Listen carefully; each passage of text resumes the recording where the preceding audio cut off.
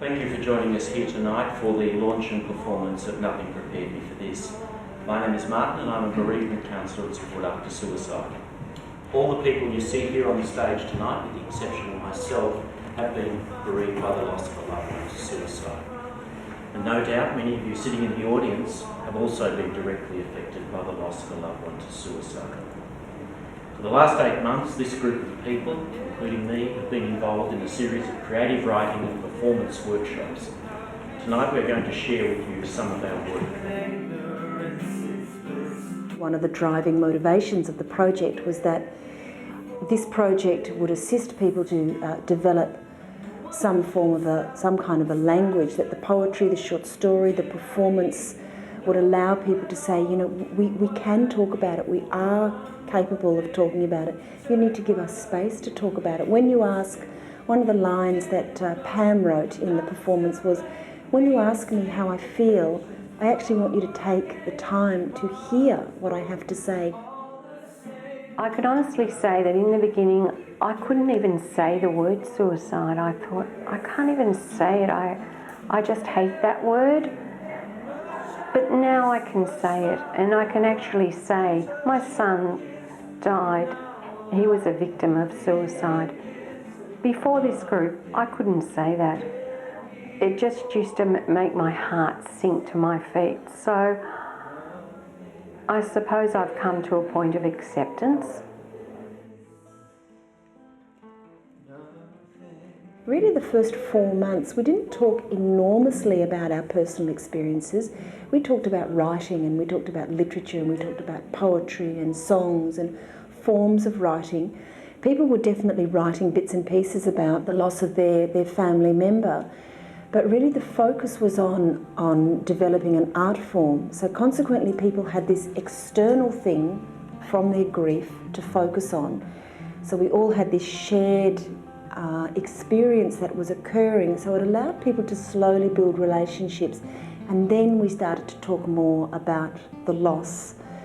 So I think having enough time to do projects like this and to have the opportunity to build those relationships, it's really important with a project like this that you don't ask we started off with about 22 people, that you don't say to them in the first few weeks, we want you to expose your whole story. Tell us the whole story about, the loss of your son and your family background and your grief and the ongoing chaos that it's created in your life. That would be most irresponsible.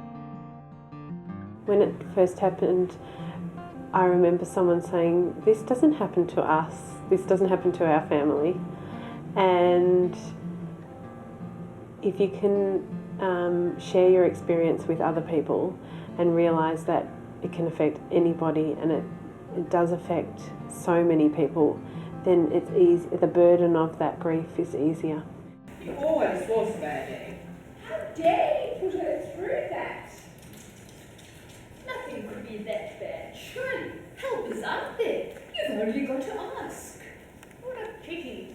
Never found God. They were always a weird family. You've got to wonder what was going on there. I mean, the mother. I wonder what she's learned from all this.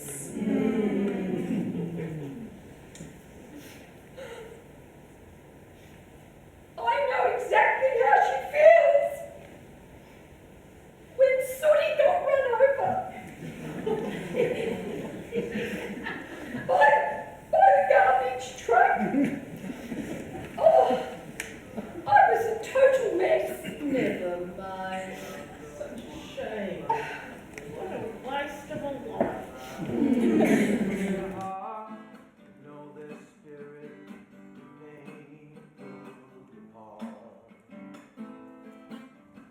I've probably become more open to talking about suicide.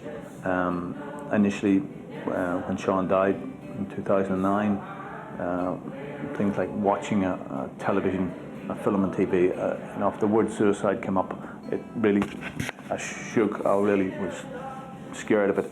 I really didn't like to hear people talking about suicide. And now I can talk about it. I can hear people talking about it at work or in social environment and not shudder, because I've had a lot of conversations with people here in this environment, and I've been able to talk about it, express my feelings about it. So that's been very positive. I am a different person. I was like a zombie for 6 months, 9 months after she died. I couldn't think clearly.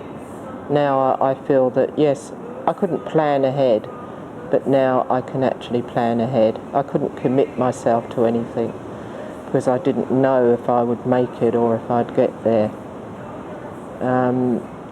And to be honest, if it wasn't for support after suicide, I really don't think I would be here now.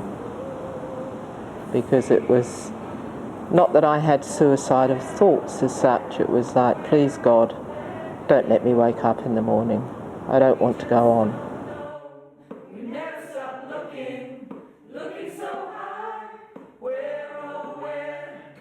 I hope to actually go and perhaps be there for other people and help them.